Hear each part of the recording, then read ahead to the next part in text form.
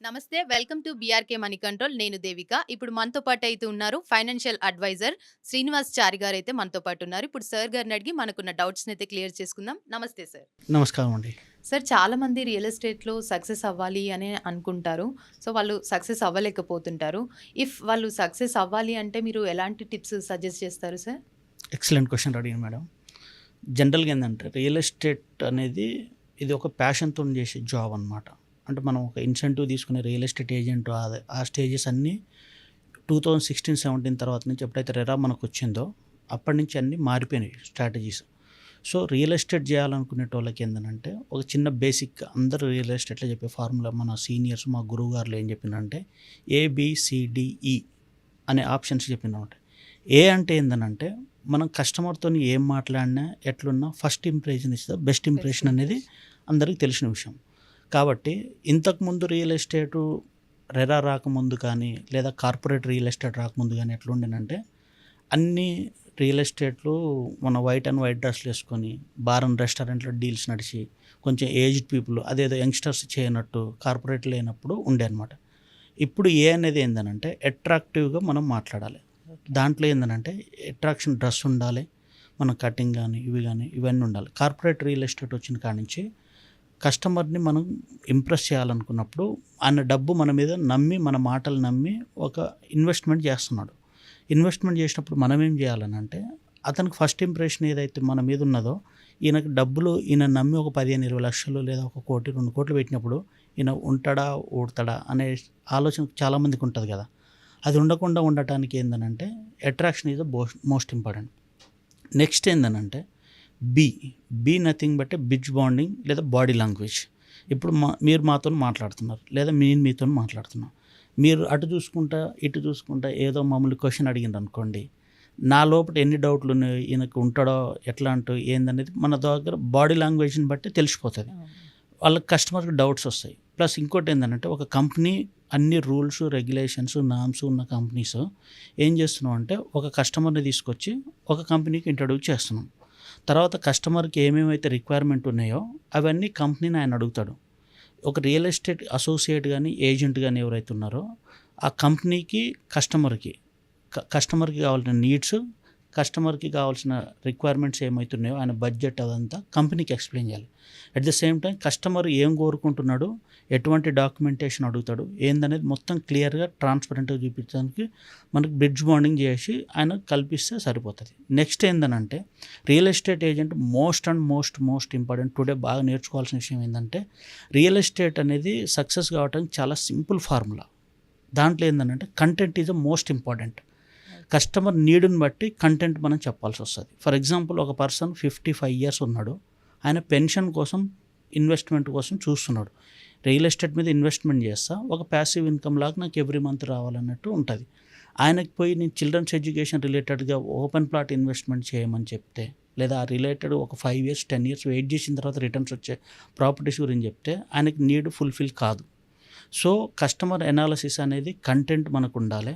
Plus మనం అమ్మే projects ఎక్కడైతే అమ్ముతున్నామో, ఏదైతే మనం ప్రాజెక్ట్ ఇస్తున్నామో దానికి ఎటువంటి అప్రూవల్స్ ఉన్నాయి, డీటీసీపీ అప్రూవల్ ఉన్నాయా, హెచ్ఎండి అప్రూవల్ ఉన్నాయా, మున్సిపల్ అప్రూవల్స్ ఉన్నాయా, అట్ ద సేమ్ టైం వాటికి రెరా సర్టిఫికేషన్స్ ఉన్నాయా, ప్లస్ అవి ఎక్కడైతే కన్స్ట్రక్షన్కి యోగ్యంగా ఉన్నాయా, దాని చుట్టుపక్కల ఏదైనా ఉన్నాయా అనేది కంటెంట్ ఈజ్ మోస్ట్ ఇంపార్టెంట్.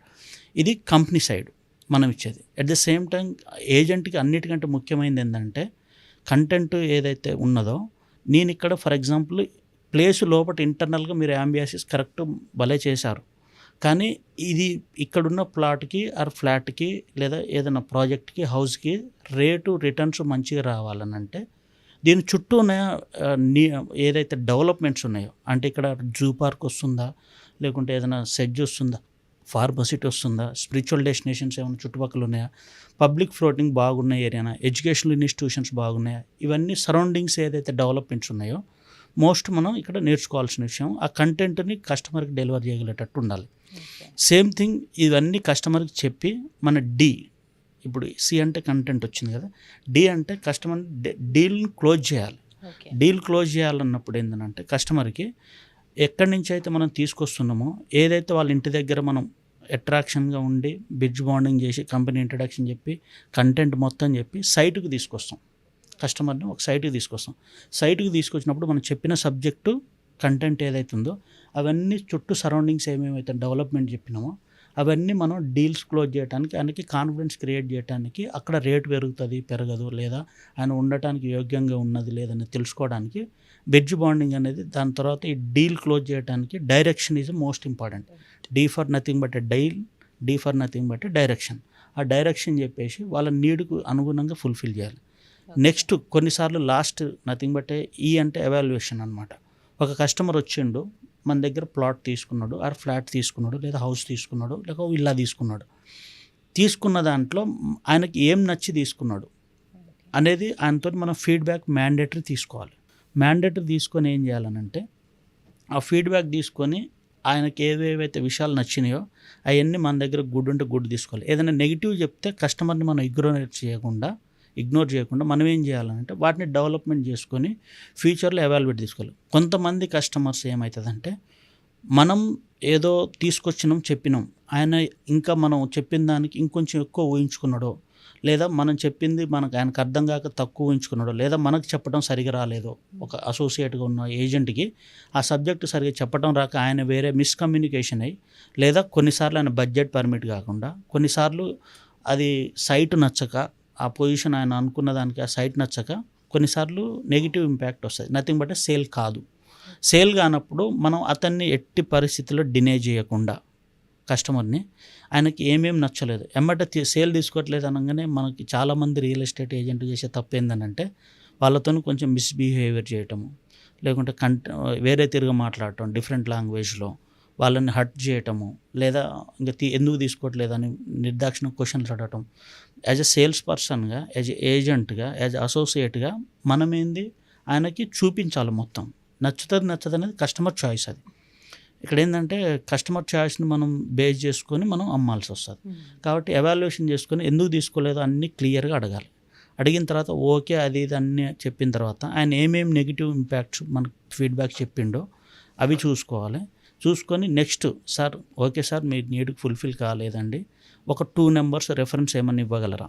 ఎందుకంటే మనం ఎఫర్ట్ పెట్టినాం, తీసుకొచ్చినాం, అన్నీ చేసిన తర్వాత అవి ఫుల్ఫిల్ కానప్పుడు కనీసం ఫీడ్బ్యాక్ అడిగితే నెక్స్ట్ టైం ఈరోజు మన దగ్గర ఉన్న ప్రాజెక్ట్ కానీ, లేదా ఆయన దగ్గర బడ్జెట్ పర్మిట్ కాకపోవచ్చు, ఫ్యూచర్లో మేబీ ఆయన దగ్గర బడ్జెట్ మంచిగా ఉండొచ్చు, లేదా మన ప్రాజెక్ట్స్ ఇంతకంటే బెటరీ మనం ఆయన అనుకున్న లొకేషన్లో ఆయన అనుకున్న నీడ్కి తగ్గట్టుగా ఇక ముందు ఏమన్నా మన కంపెనీలో కానీ మన ప్రైమిసెస్లో కానీ మనకు తెలిసిన నాలెడ్జ్లో రావచ్చు. వచ్చినప్పుడు ఏంటంటే మళ్ళీ ఆయనకి సార్ మాకు కొత్త ప్రాజెక్ట్ ఇట్లా లాంచ్ అయిందని మీరు ఆ టైంలో ఇట్లాంటి నీడ్ అడిగిండ్రు కదా, ఆ నీడ్కి తగ్గట్టుగా మనం ఇక్కడ క్లియర్గా మీకు చెప్తున్నాం సార్, వీటికి తగ్గట్టు కొత్త ప్రాజెక్ట్ వచ్చింది, మళ్ళొకసారి చూద్దామంటే మనం ఇచ్చే హాస్పిటాలిటీని బట్టి, మనం ఇచ్చే ఆయనకి రెస్పెక్ట్ని బట్టి మన మీద గుడ్ ఇంపాక్ట్ ఉన్నప్పుడు మ్యాండేటరీ 100% ఆయన మళ్ళీ వచ్చే ఛాన్స్ ఉన్నది. కాబట్టి కస్టమర్ బేస్ అనేది మోస్ట్ ఇంపార్టెంట్. కస్టమర్కి ఒకసారి మనతోని జర్నీ చేసిండు అనుకోండి, సైట్ చూస్తానికి వచ్చినప్పుడు అతనితోని చేసిన జర్నీనే మనకు లైఫ్ టైము ఇంకొక ఎసెట్ లాగా మారేటట్టు ఉండాలి. అట్లా ఆయనకి కస్టమర్కి ఏ విధమైన బెనిఫిట్లు ఇస్తాం అనేది మోస్ట్ ఇంపార్టెంట్ అనమాట. కాబట్టి ఒక real estate agent most successful కావాలని అంటే ABCDE అనేది మోస్ట్ ఇంపార్టెంట్ టుడే సినారియోలో.